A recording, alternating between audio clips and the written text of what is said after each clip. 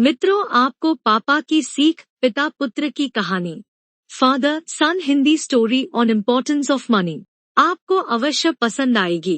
कृपया कमेंट के माध्यम से अवश्य बताएं। एक बेटा अपने पिता से बोला, पापा मुझे 5,000 रुपए चाहिए। पिता अपने बेटे की फजूल खर्ची से बड़ा परेशान था। हालांकि पिता के पास पैसों की कमी तो नहीं थी, लेकिन अपने बेटे को पैसों की इम्पोर्टेंस समझाना चाहता था।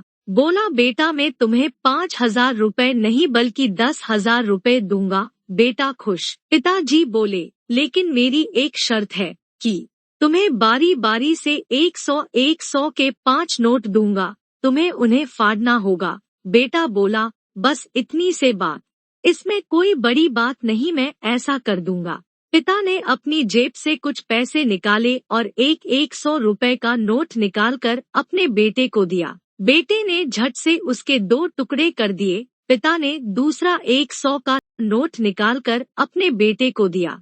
बेटे ने लिया और फाड़ दिया। इस तरह पिता ने तीसरा नोट दिया, बेटे ने फाड़ दिया। चौथा नोट दिया, बेटे ने उसे भी फाड़ दिया। बेटे ने 5वां आखिरी नोट मांगा। पिता बोले कि आखिरी का 100 रुपए मैं तुम्हें नहीं दूंगा, उसे तुम्हें खुद कमाना होगा, वो भी एक दिन में। बेटा तुरंत बोला, बस इतनी बात, मैं एक दिन में 100 रुपए कमाऊंगा और उसे फाड़ दूंगा, बस आप 10,000 रुपए तैयार रखिए। पिता बोले, बेटा याद रखना, तुम्हें 100 रुपए कमाने हैं, किसी से मांगने नहीं है। दूसरी सुबह बेटा घर से 100 रुपए कमाने के लिए निकला।